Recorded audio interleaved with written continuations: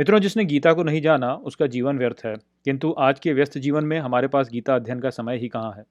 आपकी इस समस्या के समाधान के लिए इस चैनल पर प्रतिदिन प्रातः 6 बजे क्रमानुसार गीता के एक श्लोक पर वीडियो लाया जाता है।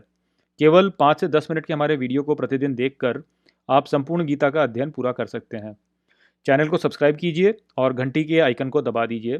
हर सुबह 6 बजे वीडियो आपके लिए उपलब्ध होगा। कीजिए अपने दिन की शुरुआत भगवत गीता के श्लोक के साथ। जो श्लोक आपके पीछे छूट गए हैं उनके लिए प्लेलिस्ट का लिंक नीचे डिस्क्रिप्शन में उपलब्ध है। वहां जाकर आप पिछले वीडियो देख सकते हैं। चलिए आज के वीडियो को आरंभ करते हैं। योगस्थः कुरु कर्माणि संगम त्यक्त्वा धनंजय सिद्ध्य सिद्ध्यो समो भूत्वा समत्वम योग उच्यते। नमस्कार मित्रों, ये जो श्लोक है ये भगवत गीता के दूसरे अध्याय का 48वां श्लोक है, जिसे हम आज अच्छे से समझेंगे। तो आइए सबसे पहले इसके अर्थ को समझते हैं। तो जो श्लोक है वो कहता है योगस्थः कुरु कर्माणि, अर्थात योग में स्थित होकर के कर्म करना। संगम त्यक्त्वा धनंजय, अर्थात उस कर्म के साथ अपने जुड़ाव को त्याग करके हे धनंजय, सिद्ध्या सिद्ध्यो समो भूत्वा, अर्थात सिद्धि और असिद्धि में समान होकर समत्वम योग उच्यते, अर्थात समभाव रहना ही योग कहलाता है। तो यहाँ पर श्री कृष्ण अर्जुन को कर्मयोग के बारे में अब और बातें बता रहे हैं। तो पिछले श्लोक में श्री कृष्ण ने अर्जुन से कहा कि तुम्हारे पास कर्म करने का तो अधिकार है, किंतु उसका जो फल तुम्हें मिलेगा उस पर तुम्हारा कोई अधिकार नहीं है। इसलिए अपने कर्म को ऐसा करो कि ना तो तुम कर्म के फल से जोड़ो और ना ही अकर्म से जुड़ो। तो वो बताने के पश्चात अब श्री कृष्ण यहाँ पर अर्जुन को बता रहे हैं कि तुम्हें कर्म कैसे करना चाहिए। तो वो अर्जुन को बोल रहे हैं कि तुम जो कर्म करो उसे योग में स्थित होकर करो। अब योग के बारे में हम पहले ही समझ चुके हैं कि योग जो शब्द है वो युज शब्द से आया है, अर्थात जुड़ना। तो यहाँ पर जब बोला जा रहा है कि कर्म को जो करो तो योग में स्थित होकर करो, उसका अर्थ है कि अपने कर्म को ऐसा करो जो कि तुम्हारी जो भीतरी दिव्यता है उसके साथ तुम जुड़े रहे हो, तभी तुम इस प्रकार से योग में स्थित होकर कर्म करोगे। तो अपनी भीतरी जो दिव्यता है उसके साथ जुड़ करके कर्म करो और अपने कर्म से मिलने वाले जो फल है उसके साथ में स्वयं को मत जोड़ो। तो उसके संग मत रहो, उसके संग को त्याग दो। और आगे अर्जुन को फिर श्री कृष्ण बोलते हैं कि जो तुम कर्म कर रहे हो उसमें यदि तुम्हें सफलता मिले या विफलता, दोनों में ही समान रहो। और इस प्रकार से समान रह कर के जो कार्य करना है वही वास्तव में योग कहलाता है।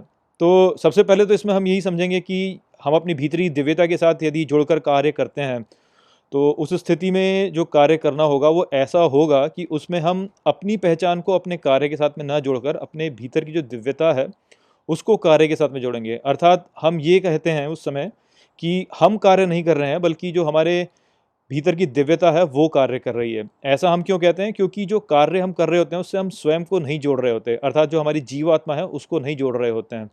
तो जब हम अपने कार्य में अपनी जीवात्मा को नहीं जोड़ रहे होते तो स्पष्ट सी बात है कि फिर हम करता नहीं है, बल्कि जो हमारे भीतर की दिव्यता है वो वास्तव में करता है। क्योंकि जो कार्य है वो हम हमारे लिए कर ही नहीं रहे, वो केवल अपनी दिव्यता के लिए कर रहे हैं। उसके पश्चात जब वो ये बोल रहे हैं कि सफलता और विफलता दोनों में ही समान रहो, तो इस विचार को चलिए और थोड़ा गहराई से समझते हैं। इसको समझाने के लिए मैं आपको एक उदाहरण दे सकता हूँ कि देखिए, आप में से ज़्यादातर जो श्रोता हैं वो इस समय पर या तो कॉलेज से निकले हैं या कॉलेज में पढ़ रहे हैं या फिर कॉलेज जाने वाले हैं। तो आप सब अभी बहुत ही युवा अवस्था में हैं और इस अवस्था में कई बार ऐसा होता है कि बहुत से लोग स्टार्टअप करने के बारे में सोचते हैं, और जो कि एक बहुत ही अच्छी बात है। हमारे देश में जितनी अधिक स्टार्टअप्स होंगी उतना ही अच्छा होगा, क्योंकि जब आप स्टार्टअप्स चालू करते हैं तो उसमें आप दूसरे लोगों के लिए रोज़गार बना के लेके आते हैं, तो जिससे कि लोगों का कल्याण होता है। और साथ ही आप कुछ ऐसे नए उत्पाद लेकर आते हैं जिससे कि जो सामान्य लोग होते हैं उनका जीवन सरल होता है। तो स्टार्टअप करना एक अच्छी बात है, एक बहुत ही अच्छी बात है स्टार्टअप करना। इससे समाज में बहुत कल्याण होता है। किंतु जो लोग वास्तव में स्टार्टअप करते हैं वो इस उद्देश्य के साथ में स्टार्टअप को चालू नहीं करते। उनके मन में जो वास्तविक उद्देश्य होता है स्टार्टअप करने का, वो होता है कि वो बहुत सारा धन कमा लें और बहुत सी प्रसिद्धि प्राप्त कर लें।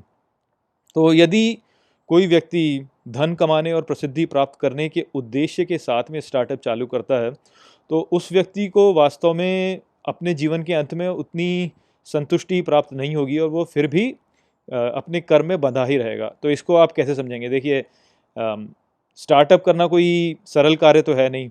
10 में से 9 स्टार्टअप्स जो होती हैं वो अंत में विफल ही होती हैं। तो यदि आपने अपने कार्य को ऐसे चालू किया, जो स्टार्टअप वाला कार्य था, कि आप उससे धन कमाना चाहते थे और प्रसिद्धि कमाना चाहते थे, तो 10 में से 9 लोग तो ऐसे होंगे जो कि विफल ही हो जाएंगे। तो उनको तो वैसे भी जो इन्होंने किया वो मिलेगा नहीं, और यदि उनको ये मिलेगा नहीं तो उनके भीतर कुंठा उत्पन्न होगी, और वो कुंठा उत्पन्न होकर किस प्रकार से अनैतिक कार्य लोग करने लगते हैं उसके बारे में हमने चर्चा पिछले श्लोक में कर ही ली है। साथ ही इसके और क्या होगा कि जो व्यक्ति धन कमाना चाहता था वो, क्योंकि कुछ समय उसने स्टार्टअप किया और स्टार्टअप में वो विफल हो गया, तो उसका बहुत सा समय उसमें व्यर्थ हो जाएगा। तो जो अपना वो कॉर्पोरेट करियर आगे बढ़ाना चाहता था उसमें भी वो पीछे रह जाएगा। तो उस प्रकार से आप देख सकते हैं कि वो व्यक्ति जो है वो कुंठा से भरा हो जाएगा, और कुंठा से भर जाना जो होता है वो वास्तव में आपको इस संसार में ही फंसाता चला जाता है। अब जो एक व्यक्ति था जो कि वास्तव में सफल हुआ 10 में से, वो भी वास्तव में इस संसार में ही फंसेगा, क्योंकि वो व्यक्ति जो है उसको उस समय अच्छा तो लगेगा कि हाँ उसने सफलता प्राप्त की, किंतु इस सफलता से उसके भीतर जो संस्कार उत्पन्न होगा वो वही संस्कार उत्पन्न होगा कि उसे अपने जो अपने नैतिक मूल्यों के स्थान पर उसको धन कमाने और प्रसिद्धि प्राप्त करने के जो संस्कार हैं वो अधिक बढ़ेंगे उसके भीतर। तो वो आगे फिर इसी प्रकार से और प्रयास करेगा। और आप देख सकते हैं कि जो सफलता होती है वो सदा के लिए नहीं रहती।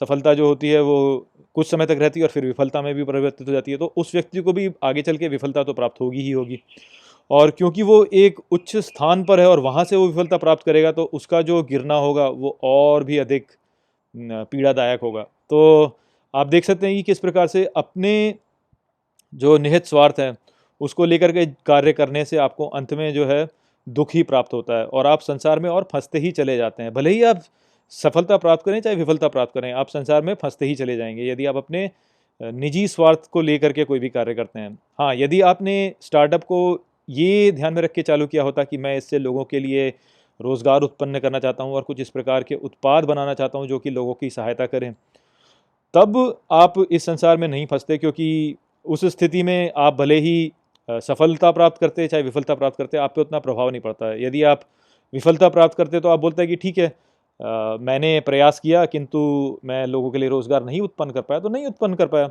और जो उत्पाद मैंने बनाना चाहा वो लोगों ने यदि स्वीकार नहीं किया, तो इसका अर्थ यही है कि मेरे उत्पाद में कुछ ऐसी कमी रही होगी जिस कारण से लोगों ने उसको स्वीकार नहीं किया, तो मैं अब कुछ और उत्पाद बनाता हूँ। तो आप इस प्रकार से सोचेंगे।